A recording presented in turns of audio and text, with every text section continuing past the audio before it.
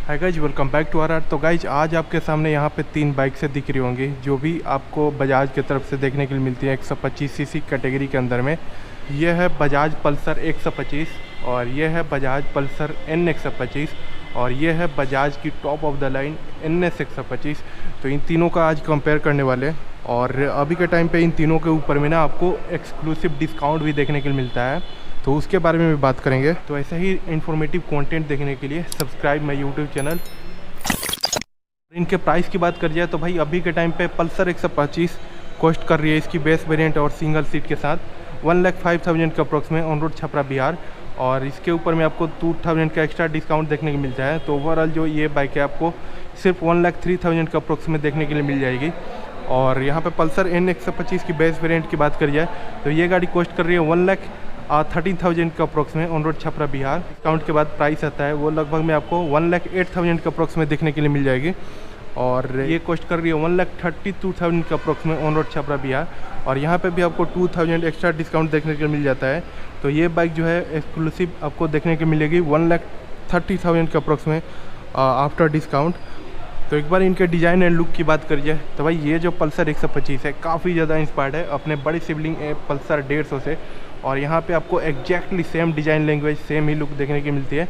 Front से आप देखते हो पीछे तक तो इसमें नोटिसेबल आपको डिफरेंस देखने के लिए मिलता ही नहीं है। ऐसे आप ऊपर से देखोगे जब तक स्पेक्स के अंदर नहीं जाओगे और बैजिंग यहाँ पे आप नहीं देखते हो तब तक आपको लगेगा कि ये जो है पल्सर 150 ही है। और इसकी जो लुक है यहाँ पे काफ़ी ज़्यादा क्लासिक एंड ओल्ड स्कूल वाली देखने के लिए मिलती है। नेक्स्ट आते हैं यहाँ पे पल्सर N 125 के ऊपर में। तो ये जो बाइक है काफ़ी ज़्यादा नई दिखती है और यहाँ पे आपको बहुत ज़्यादा कट्स एंड क्रीजेस दिखेंगे, काफ़ी एजी से इसका लुक देखने के लिए मिलता है। और नेक्स्ट यहाँ पे पल्सर NS 125 के ऊपर में आते हैं।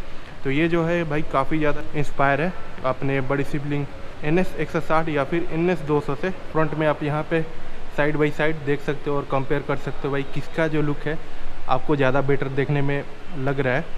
यहाँ पे शुरुआत करते हैं पल्सर 125 से। तो यहाँ पे आपको एक वायर देखने के लिए मिल जाता है बड़ी सी। एक्चुअली इन दोनों से आप कंपेयर करते हो तो यहाँ पे आपको अच्छी खासी लेंथ मिल जाती है इसकी वाइजर की, और ये जो है भाई थोड़ा सा एक बल्क लुक देता भी है। और यहाँ पे आपको हैलोजन के अंदर में इसकी लाइट देखने को मिलती है, और यहाँ पे इंडिकेटर जो है वो आपको फ्लेक्सिबल वाले मिलते हैं, तो ये ब्रेक होने के चांस जो है इसका नहीं होता है। और यहाँ पे N 125 के ऊपर में आते हैं तो यहाँ पे आपको कोई सा भी वाइजर देखने के लिए नहीं मिलता है। तो यहाँ पे इसकी जो हेडलाइट है मेन हेडलाइट वो आपको LED के अंदर में देखने के लिए मिल जाती है, जो कि पल्सर 125 के अंदर में सिर्फ हैलोजन के अंदर में आया करती थी।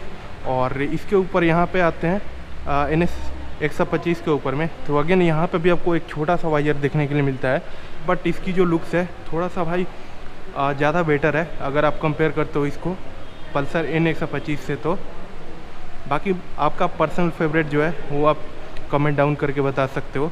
और यहाँ पे आपको जो इंडिकेटर मिलता है हैलोजन के अंदर में ही मिलेगा, बट यहाँ पे आपको फ्लेक्सिबल वाले इंडिकेटर नहीं मिलते हैं, और यहाँ पे भी आपको फ्लेक्सिबल वाले इंडिकेटर नहीं मिलते हैं। पल्सर 125 के अंदर में यहाँ पे वो 2 पायलट लैंप देखने को मिल जाता है जो कि हैलोजन के अंदर में आता है, काफ़ी दिनों से ऐसे ही चलते आ रहा है। और यहाँ पे पल्सर 125 के अंदर में आपको कोई सा भी DRS या फिर पायलट लैंप देखने के लिए नहीं मिलता है। और पल्सर NS 125 के अंदर में काफ़ी अच्छे यहाँ पे जेड शेप के अंदर में आपको यहाँ पे इसके DRS देखने के मिल जाते हैं LED के अंदर में, जो कि भाई काफ़ी अच्छा इसका रोड प्रेजेंस और इसकी जो लुक है उसको इन्हेंस करता है।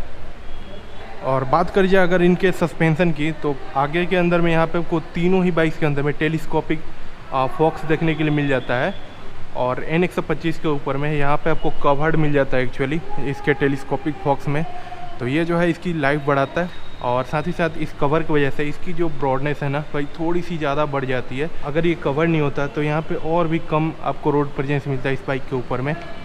अगर इनके सीटिंग की बात करी जाए तो सबसे लोअर जो सीटिंग हाइट है वो आपको पल्सर 125 के ऊपर में मिलती है, और यहाँ पे आपको ऑप्शन भी मिल जाता है चूज करने के लिए कि आपको स्प्लिट सीट चाहिए या फिर सिंगल सीट चाहिए। तो फैमिली मेम्बर को लेकर चलना हो, एलियन फ्रेंडली आपको बाइक चाहिए तो यहाँ पे जो है सिर्फ आपको पल्सर 125 दिखेगी। तो इसकी जो सीटिंग हाइट है यहाँ पे आपको देखने की मिलती है 790 mm की, जो कि काफ़ी ज़्यादा लोअर सीटिंग हाइट है। और यहाँ पे पल्सर N 125 के ऊपर में आपको मिलता है 795 mm की सीटिंग हाइट, तो इसके उसके में सिर्फ 5 mm का आपको इंक्रीमेंट दिखता है। यहाँ पे आपको सिर्फ स्प्लिट सीट ही मिलता है पल्सर एन 125 के ऊपर में। बाकी पल्सर एन 125 जो है इन दोनों के कंपेयर में ज़्यादा सीटिंग हाइट लेके आती है। तो यहाँ पे इसकी जो सीटिंग हाइट है वो लगभग में आपको 805 mm का सीटिंग हाइट मिलता है, और यहाँ पे भी आपको स्प्लिट सीट ही मिलता है।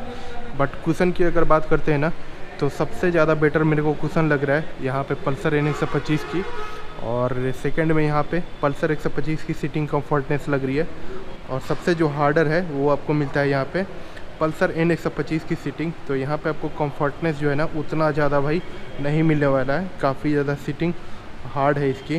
बाकी इनके हैंडल बार की बात करी जाए तो भाई यहाँ पे पल्सर 125 के ऊपर में मिल जाता है आपको क्लिप ऑन हैंडल बार। यहाँ पे आपको स्पोर्टी सा लुक मिलता है, और जो आपको पीओ भी मिलेगा वो भी काफ़ी ज़्यादा बेटर होगा एज़ कम्पेयर टू यहाँ पे जो मिलता है सिंगल पाइप में हैंडल बार। यहाँ पे एन 125 के ऊपर में आपको मिलता है सिंगल पाइप हैंडल बार, और पल्सर एन 125 के ऊपर में भी आपको यहाँ पे क्लिप ऑन हैंडल बार मिल जाता है।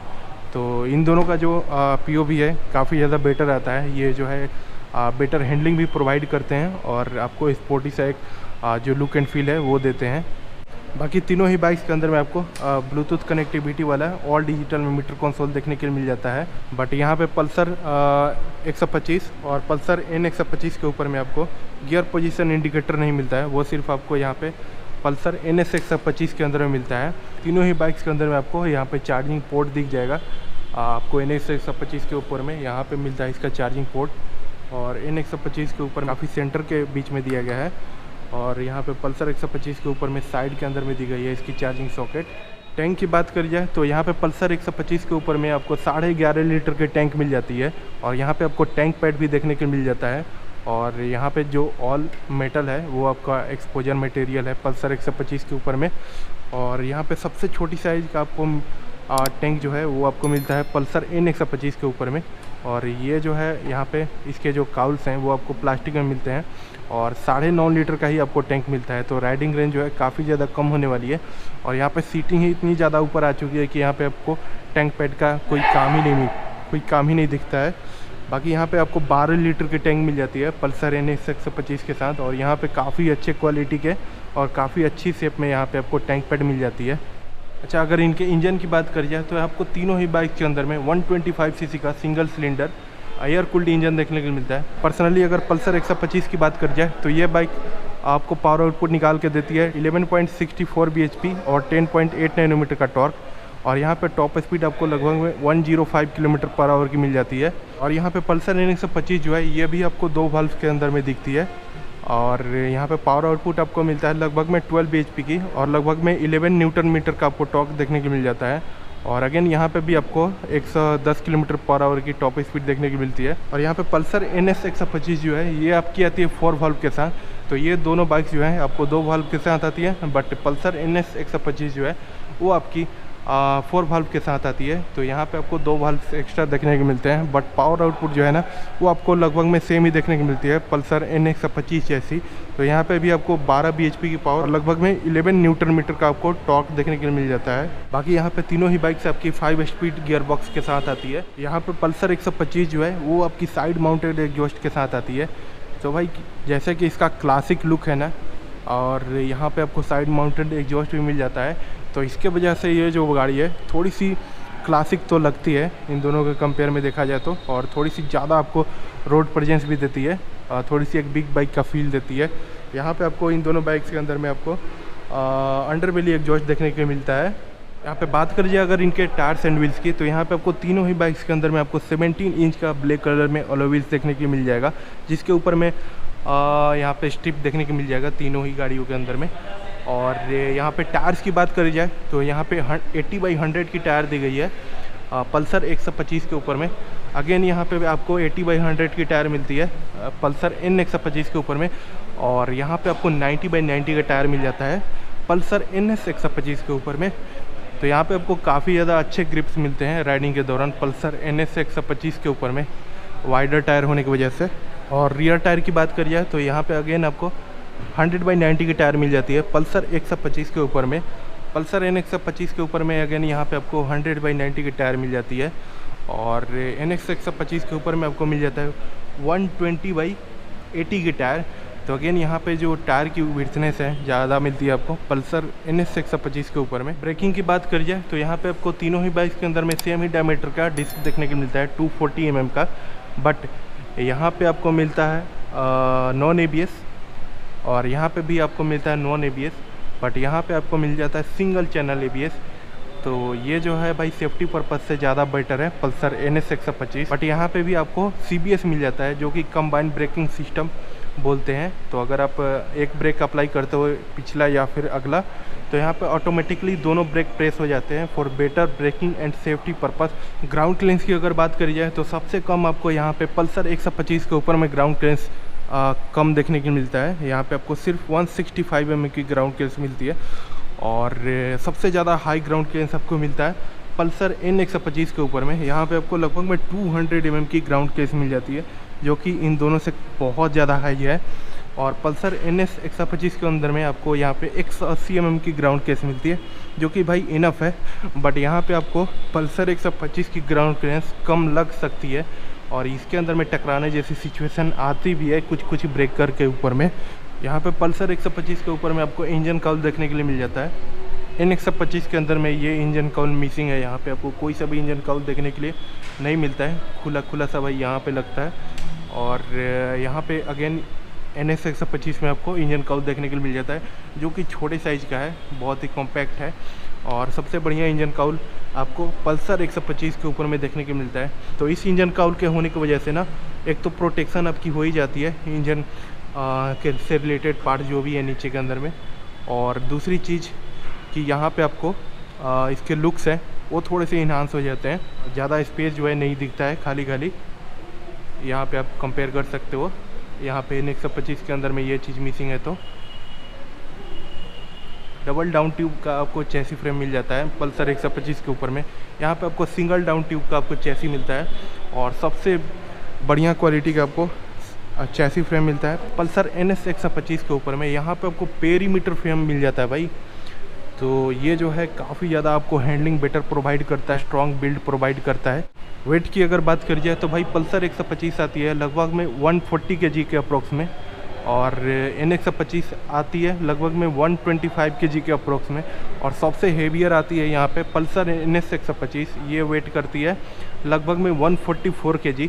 तो सबसे जो पावर टू वेट रेशियो जो तगड़ा है वो यहाँ पे आपको देखने को मिलता है पल्सर N 125 के साथ। यहाँ पे आपको सिर्फ 125 kg की कॉर्वेट देखने की मिलती है जो कि लगभग में 20 से 24 किलो का जो वज़न है वो आपको कम देखने को मिलता है इन दोनों बाइक्स के मुकाबले में।